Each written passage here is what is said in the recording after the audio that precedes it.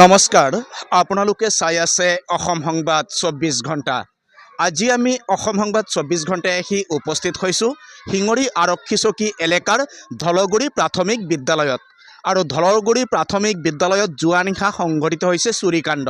আমি দেখুৱাই আছোঁ সামগ্ৰিক পৰিৱেশ। এই বিদ্যালয়খনতে যোৱা নিশা সংঘটিত হৈছে চুৰিকাণ্ড আৰু চোৰে বিদ্যালয়ৰ বিভিন্ন দৰকাৰী বস্তু লৈ গৈছে চুৰি কৰি বিদ্যালয়ৰ পৰা। শিঙৰি আৰক্ষী উক্ত স্থানত উপস্থিত হৈ তেখেতলোকে তদন্ত অব্যাহত ৰাখিছে আৰু ইয়াতে আছে স্থানীয় লোক।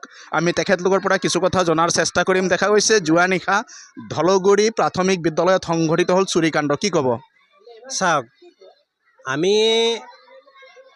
আমি জানো বিদ্যালয়খন এটি আমাৰ সমূহীয়া এটি অনুষ্ঠান, ইয়াত শিক্ষাদান কৰা হয়। এইখন স্কুলৰ পৰাই কোনোবা দুষ্কৃতিকাৰীয়ে ইমান নিষ্ঠুৰভাৱে কাম কৰিছে, এইটোতো বহুত লজ্জাজনীয় কথা হৈছে। কাৰণ আমাৰ ল'ৰা ছোৱালীবিলাক এইখন স্কুলত পঢ়ে, প্ৰজেক্টাৰ এখন লৈ গৈছে, প্ৰিণ্টাৰ লৈ গৈছে, যিটো প্ৰজেক্টাৰ দ্বাৰা ল'ৰা ছোৱালীসকলক শিক্ষাদান কৰা হয়। আজিকালি আধুনিক পদ্ধতিৰে তাত ব্যৱস্থা কৰি সেইটো দেখুওৱা হয়, সেইখিনি বস্তু তেওঁলোকে লৈ গৈছে।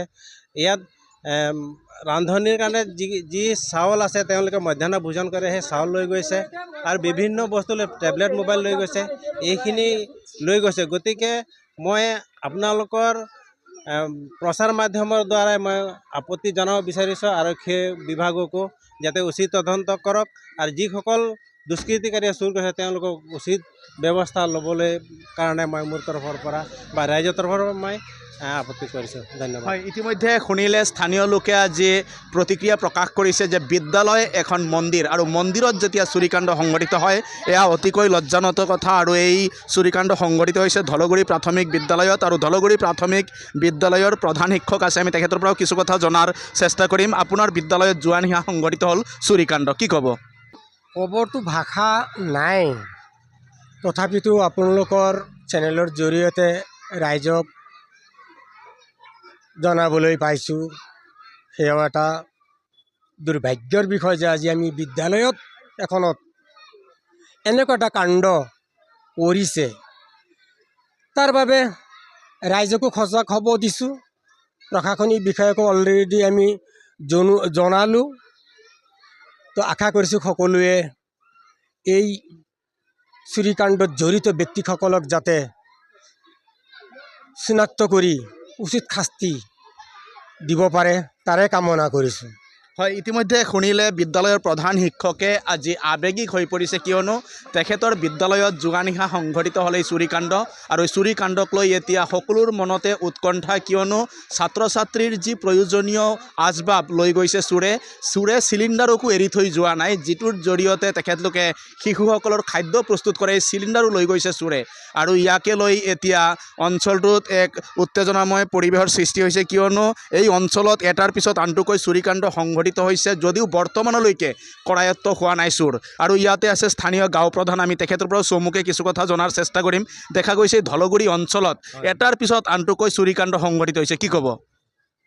এটাৰ পিছত আনটো ইয়াত চুৰিকাণ্ড হৈ আছে, অতি দুৰ্ভাগ্যজনক। আজি এইখন স্কুলত যিটো চুৰিকাণ্ড হৈছে এইটোতো কোনো শিক্ষকৰ বয় বস্তু চুৰিকাণ্ড হোৱা নাই, আমাৰ ৰাইজৰে ক্ষতিসাধন হৈছে। ৰাইজৰ বস্তু আজি জানিব পাইছোঁ লেপটপ মোবাইল ইত্যাদি নথি পত্ৰ চুৰি হৈছে, এইটো অতিকৈ দুখজনক। আৰু ইয়াৰ আগতো এনে চুৰিকাণ্ড হৈছিলে এইখন স্কুলত, তেতিয়াও আমি আৰক্ষী চকীক অৱগত কৰিছিলোঁ আৰু আজিও অৱগত কৰা হৈছে। তেখেতসকল আহি ইনকুৱাৰী কৰি গৈছে, কিন্তু আজিলৈকে চুৰিসকলক কৰায়ত্ব কৰিব পৰা নাই, এইটোৱে অতি দুৰ্ভাগ্যজনক। গতিকে যিসকলে এই চুৰিকাণ্ডত লিপ্ত হৈছে, জড়িত হৈ তেখেতসকলক অতি সোনকালে কাৰায়ত্ব কৰি কঠোৰতম শাস্তি দিয়া যাওক বুলি মই অনুৰোধ কৰিছোঁ। হয়, ইতিমধ্যে শুনিলে স্থানীয় গাঁও প্ৰধানেও আজি অনুৰোধ জনাইছে আৰক্ষী প্ৰশাসনক অতি শীঘ্ৰে চোৰক কৰায়ত্ব কৰক আৰু চোৰক চিনাক্ত কৰি কঠোৰ শাস্তি প্ৰদান কৰক, তাৰে কামনা কৰিছে। আৰু এগৰাকী বাইদেউ আছে, কি ক'ব বাইদেউ? আজি দেখা গৈছে এখন বিদ্যালয়তো চুৰিকাণ্ড সংঘটিত হ'ল। হয়, এই বিদ্যালয়খনত মই সৰুৰ পৰা বুলি নকওঁ, মই আজি বহুত বছৰে এখন বিদ্যালয়ত আছোঁ। অহা যোৱা কৰি আছোঁ, কিন্তু স্কুলখন ইমান ধুনীয়াকৈ ডেভেলপ কৰি উঠি অহাৰ পাছত যে মানুহে ইমানখিনি অত্যাচাৰ কৰিব বুলি মই ভাবাই নাছিলোঁ। কাৰণ আগতো চাউল চুৰ কৰে, সেইকেইটা সৰু সৰু বস্তু, কিন্তু এইবাৰ যিখিনি বস্তু নিছে পোৱালিৰ যিখিনি লাগতিয়াল বস্তু সেইখিনি যে লৈ গ'ল, সেইখিনি লৈ যোৱাৰ কাৰণে মোৰ বহুত বেয়া লাগিছে। কাৰণ কিয় ইমান পোৱালি আছে এই অঞ্চলটোৰ ভিতৰত গোটেইখন স্কুলতকৈ এইখন স্কুলত বহুত পোৱালি আছে, কি ছাৰহঁতেও কণ্ট্ৰল কৰিব নোৱাৰে বিশেষকৈ। সেইকাৰণে প্ৰজেক্টাৰ এটা অনা হৈছিলে, আকৌ লেপটপ দিছিলে স্কুলৰ পৰা।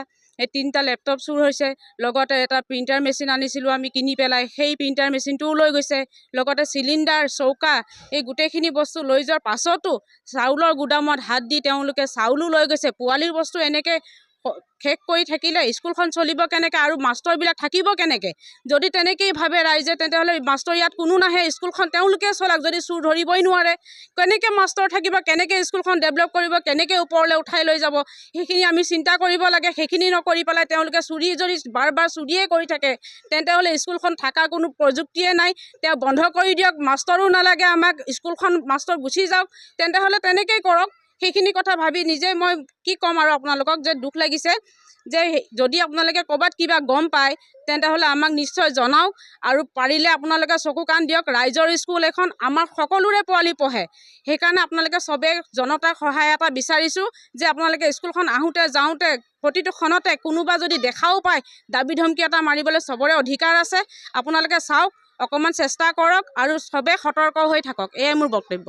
হয়, ইতিমধ্যে শুনিলে আজি তেখেতলোকে ক্ষোভ প্ৰকাশ কৰিছে, যদি বিদ্যালয় এখনত চুৰিকাণ্ড সংঘটিত হয় তেতিয়াহ'লে ছাত্ৰ ছাত্ৰীৰ ভৱিষ্যত কি হ'ব, আৰু ছাত্ৰ ছাত্ৰীৰ ভৱিষ্যতক লৈ যিসকল চোৰে এনেকৈ হেতালি খেলিলে, এই চোৰক অতি সোনকালে চিনাক্ত কৰক, আৰু চিনাক্ত কৰি কৰায়ত্ব কৰাৰ পিছত কঠোৰ শাস্তি প্ৰদান কৰক, তাৰে আহ্বান জনাইছে। আৰু আমিও আশা কৰিছোঁ অতি কম সময়ৰ ভিতৰত শিঙৰি আৰক্ষীয়ে চোৰক চিনাক্ত কৰি কৰায়ত্ব কৰি কঠোৰ শাস্তি প্ৰদান কৰিব, তাৰে কামনা কৰি সকলোৱে অসম সংবাদ 24 ঘণ্টা চাই থকাৰ কাৰণে মই প্ৰশান্ত বৈশ্যই ধলগুৰি প্ৰাথমিক বিদ্যালয়ৰ পৰাই সকলোলৈ অভিবাদন জ্ঞাপন কৰিছোঁ।